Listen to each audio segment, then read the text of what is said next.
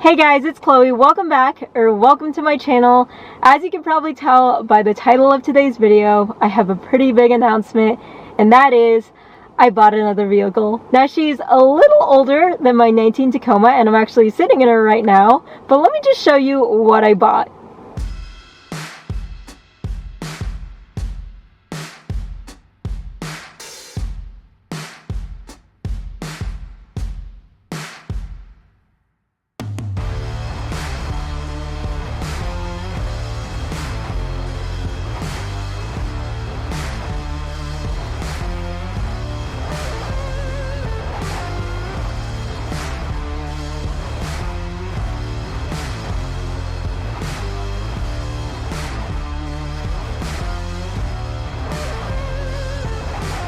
So this is my 1992 Toyota Land Cruiser FJ80, and I bought this a little while ago, so it's really exciting for me to finally be sharing this with you guys today. So on this channel, I'm going to start making videos about repairing and building up this Land Cruiser. So if that's something you guys are interested, be sure to subscribe to follow along. Now, for those of you who are subscribed for my third generation Tacoma content, don't worry, I will still be having pretty much the same amount of Tacoma videos on the channel for you guys. This is just going to be an additional and a new project I'll be working on the channel. Also, we have a really big mod coming up for the third gen Tacoma. We're going to be replacing the front bumper, so if you're interested in that, be on the lookout for the video. So with all that being said, I feel like I have so much to tell you guys about this new project right behind me. In today's video, I'm going to be doing my best to cover all my bases and just give you guys a good introduction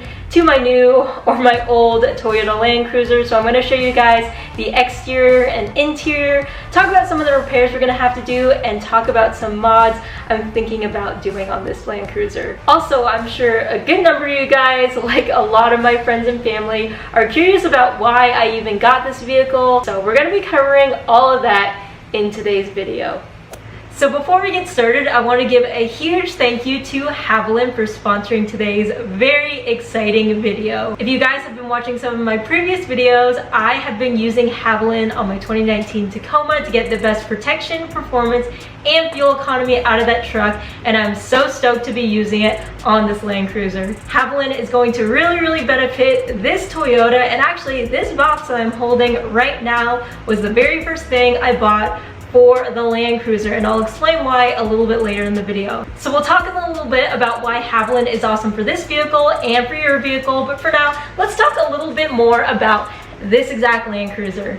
Again, this is a 1992 FJ80, and as it stands currently, it has 197,000 miles on it. But despite its high mileage, it's actually in really good condition for what it is, and you'll see a little bit more about that when we do a walk around of it in a second. If you know a little bit of history on these 80s series Land Cruisers, you may know that 1991 and 1992 over here were the only 2 years that Toyota utilized their 3FE 4.0 liter inline 6 engines before they were replaced in 1993 and up 80 series Land Cruisers. 1993 and up 80 series Land Cruisers made in the States are actually called FZJ80s because Toyota replaced the 3FE engine with their 1FZFE 4.5 liter more powerful engine. So despite this 92 FJ80's engine being extremely and super reliable, it definitely feels underpowered at 155 horsepower. However, power was not the reason I bought this Land Cruiser. Anyways, besides that little bit of history, my Land Cruiser has a factory center locking diff,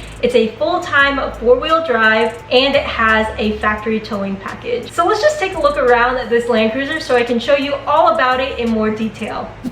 So let's start by checking out the front of the vehicle. Now, something that I personally found that was really cool, and I think you guys will too, are these headlights. At first glance, they may not seem like much, but what differentiates them from some of the newer headlights on the newer vehicles is that these headlights are made of glass. This is why they're in such good condition. They don't yellow like plastic or fade like plastic headlights. So I thought that was really cool. They look brand new, like they just came from the factory, and the light output on these things is awesome. I also love this style of grille with the Toyota lettering, and believe it or not, Toyota has kept a lot of the same styling in some of their brand new vehicles that they sell today. The upper level trims of the 4Runners and Tundras and Tacomas all have the same style grille. So I just love this heritage grille. So you also have with this Land Cruiser a pretty big front bumper that carries throughout the side. As you can see, there's this fender flare here that not all Land Cruisers come with, but the bumper kind of seamlessly fits into the whole design of it on the side. Now this Land Cruiser also came with its factory 15-inch wheels, and this wheel is probably a bad example to show you because it's the only one that's missing its hubcap. But you have your 15x7 wheels, and I'm not sure of the stock tire size, but the tires that are on this thing are 265/70 R15s. By the way, here's what a wheel looks like without the missing hubcaps. You've got your factory mud flaps here that also seamlessly integrate with the fender flares, and a nice little running board as well. These are the original mirrors as well. We do have a couple of paint chips over here, but that can easily be repainted. What kind of sucks is the motors in both of the mirrors on both sides are both out, so I'm gonna have to replace those. Hopefully I can still keep the housing, but the mirror on this side is super wiggly, and it was wiggling on the highway, and when I pulled it out, it's actually held by double-sided tape, so I'm gonna have to figure out this whole mechanism, so we'll see about that. But I do want to keep the original housing at the very least. Here's kind of a side profile of the vehicle. The paint, I believe, is super white, which is the same color that Toyota still uses today. We also have a roof rack on the top. I'm not sure if that was an add-on at the dealership, it came from the factory, or if that was aftermarket, but we have that there and it looks pretty old. And this one has some pinstripe design. So I know this is going to be based on opinion, but what do you guys think of the pinstripes? I personally don't like this long one that goes all the way up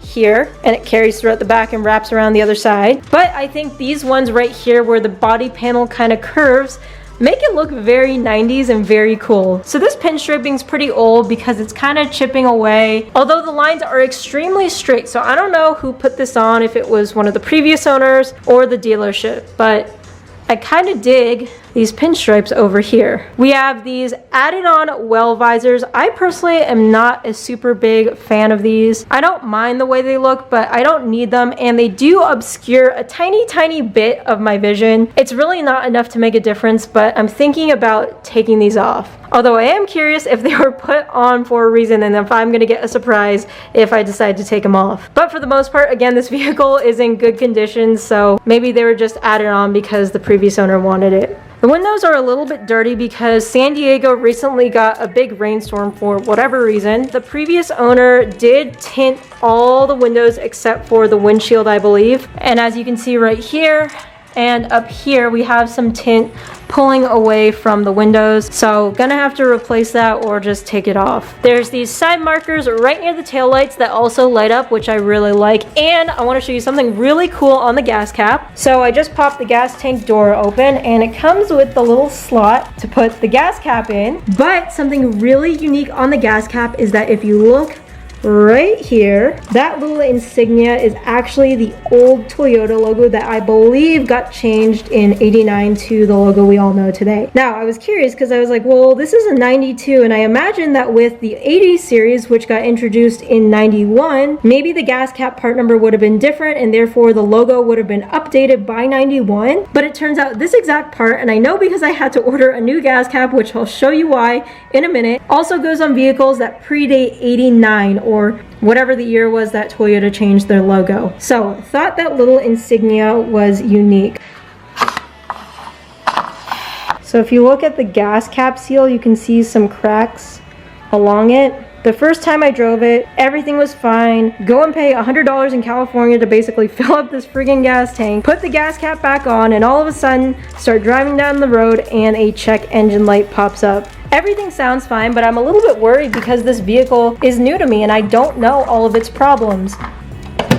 So since everything was fine, I didn't know anyone that had an OBD1 scanner, which is, I think, for 1995 and below vehicles. Basically, you just need an OBD1 instead of an OBD2 scanner to check out that check engine light, drive a little bit, and the check engine light goes off. So I immediately think it's the gas cap. and the seal being cracked, because I know that can throw a check engine light, and the next time I get gas, the same thing happens, then the check engine light turns off. So that's why I had to order a new gas cap. I think they say after like 150 or 200,000 miles, it's still good to just replace your gas cap. The part was only like 20 bucks, so I just did it. So enough about the gas cap. If we move around to the back, you can see it's got the full-time four-wheel drive badge, as well as the newer Toyota logo. It says Toyota Land Cruiser, and if you can't tell already, there's a split down the middle over here, and that's because you can actually open this up kind of like a pop-up tailgate, I think they call it. So the back opens up like that, and then if I pull this lever, and I have to be careful because the tailgate isn't dampened. Ooh, I gotta remember to take out Cody's new food. Sorry guys. And you got your little back over here. I'll show you guys more of the interior in a little bit, but I just thought that little feature was really cool. So like I said, mine has the towing package, so we got this over here. Looks like we have also a chrome exhaust tip, and what's cool is part of this bumper is also aluminum, so I really like that. Unfortunately, in the taillight right here, there is a small crack over here, so that means I'm going to need to replace these, and I think these are plastic based on how the crack is. So I'm in the market for either just getting replacement taillights or maybe aftermarket ones. We'll see.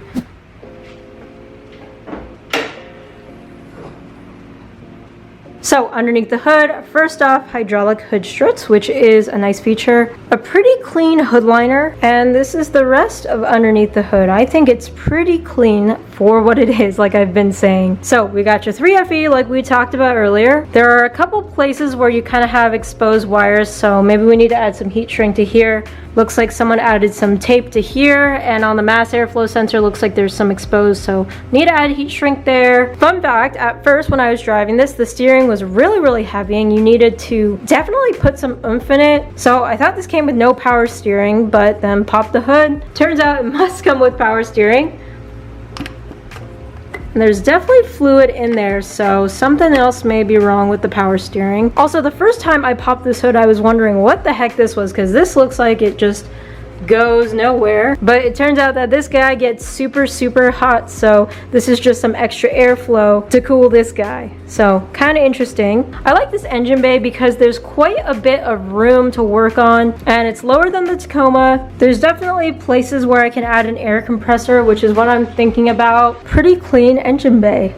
This right here is a big reason I went with Land Cruiser. If you can't tell already, we got a solid axle up front. That is something my Tacoma does not have, and these things are beasts off-road. So this is a great platform for me to start with, and I love that solid axle. From the looks of it, I think this steering stabilizer is stock. I know this is a popular mod on these 80 series Land Cruisers. Kings or Old Man Emu sells like aftermarket ones, so we'll think about replacing this. I don't know yet. And I believe these coils and shocks are all original or a Toyota part. I can't really identify them, but they need to be replaced anyways, so that's an upgrade we'll probably do. If any of you have an 80 series Land Cruiser, let me know what coils and what shocks everyone gets. I know Old Man Emus are really popular. I haven't even thought about that yet because I want to fix a couple issues, but that's an upgrade that has to be done probably in the future. This is the rest of the truck. As you can tell, the frame isn't rusted. This was a California kept daily driven vehicle, and the frame is pretty good.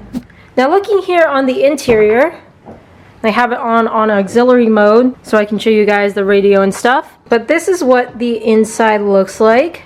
And I guess we'll start up front. We do have a driver's side grab handle if you need help getting in, which is not something I have on my Tacoma. You can see the mileage here is 197,000 plus miles. You can see we got the power mirror controls over here. We have an aftermarket speaker put in over here, and as you'll see, we have an aftermarket Kenwood radio system that's still in demo mode, but it works really well. I really like it, but I think I'm going to replace it with an actual head unit because I do want CarPlay, and I'm probably going to install a backup camera, so I want to put a whole screen in this little slot right here. It does have AC, which is nice, and all of these physical controls, which is pretty cool. Like I said, you got your center diff lock. I think these are heated mirrors, but I'm not 100% sure. It's very simple. I like that about a Toyota. You got your physical buttons, and that's all you really need.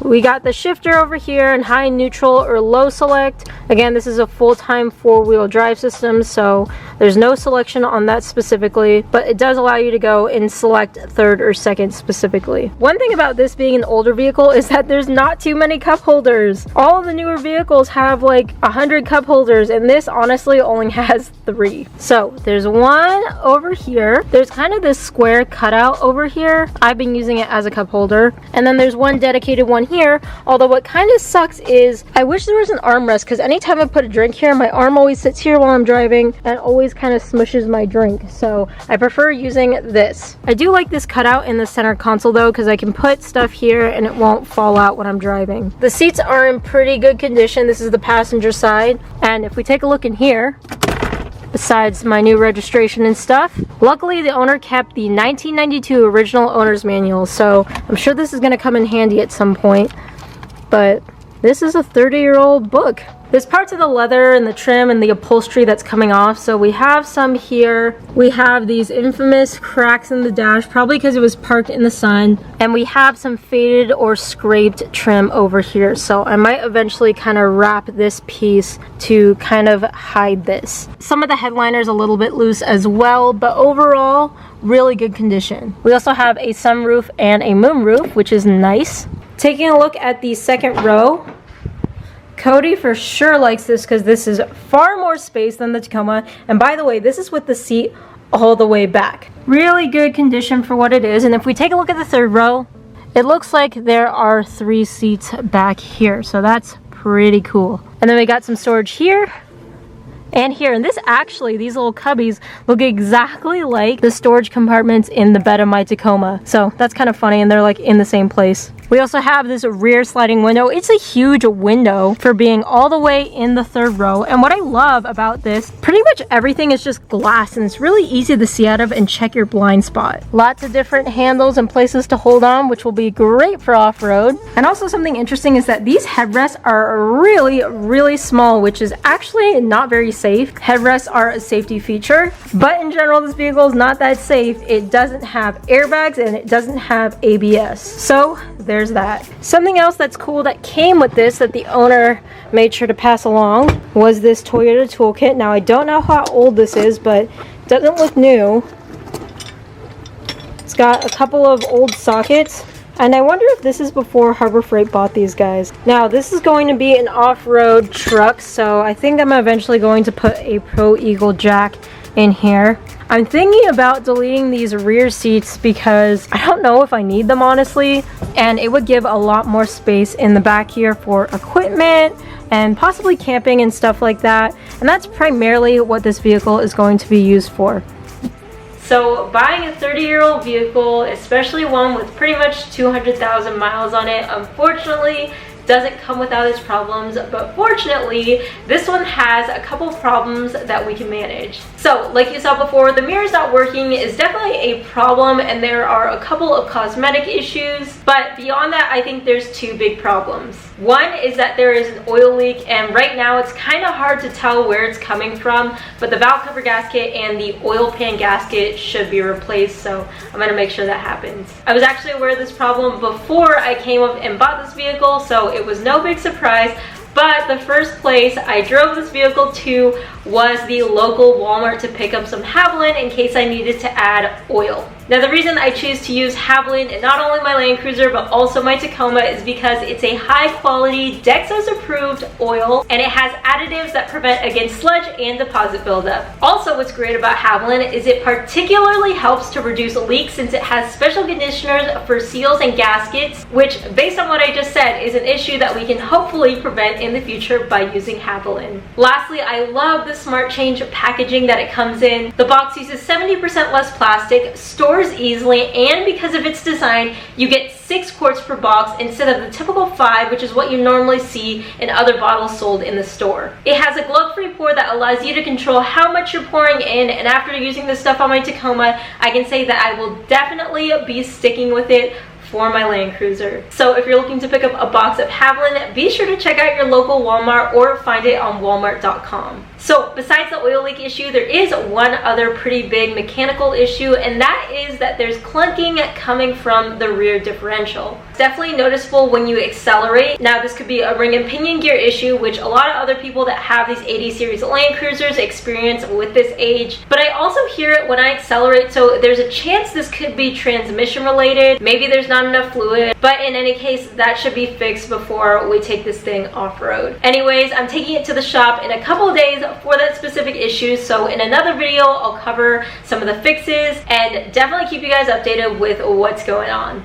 Something I've learned with not only experience with my 2 years of ownership of my Tacoma, but also from talking to a lot of different people, especially truck and off-road people that have garages just filled with vehicles and either have built their careers or just have a really big interest in doing vehicle stuff, is that doing projects on your daily driver is a risk, and it's even more of a risk if that's your only vehicle. As many of you know, my Tacoma was previously my only vehicle, and just by checking out a couple of my videos, you can probably tell I do a lot of modifications on that truck. And if I'm being honest, because of the schedule for my full-time job, I am working Monday through Friday and really don't have much time those days. So all of the modifications that you see and all of the videos I film and all the work I do on that truck typically happens on either Saturday or Sunday. And while I'm not complaining at all, that's definitely a really short window to do work, especially if you're going to do some big project. I don't like to rush things. I'm definitely a perfectionist, and I really don't like to risk things that are happening on that truck, especially because it's my daily driver. So because of the short time frame I typically have to work on that truck,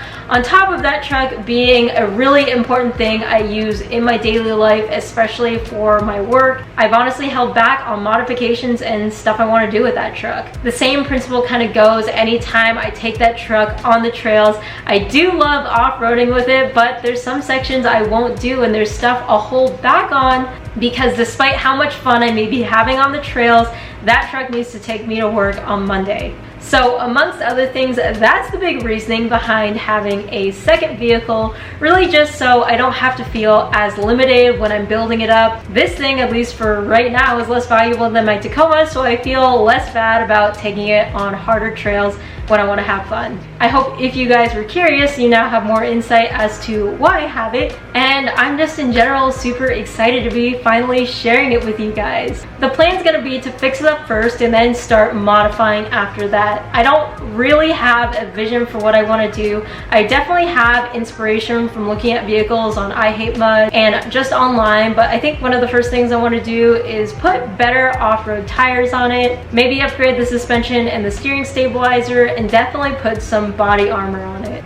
So I think its transformation over the next couple of months is going to be really cool and really exciting, and I hope you guys will follow along if you're interested. So that is all I have for today's video. I can never judge how long a video is going to be as I'm filming it, but I think this one's going to be pretty long. So thanks for sticking around with me till the end. Again, feel free to subscribe if you want to see more Land Cruiser content, because it's most definitely coming your way. And if you want even more updates, I will be posting on my Instagram at ChloeKuoTaco, both build updates on my Tacoma and this Land Cruiser. Thanks again so much for watching, and thanks again to Havoline for sponsoring this video. Make sure to go check out their website in the description box down below. I hope I'll see you guys in the next video. Bye guys.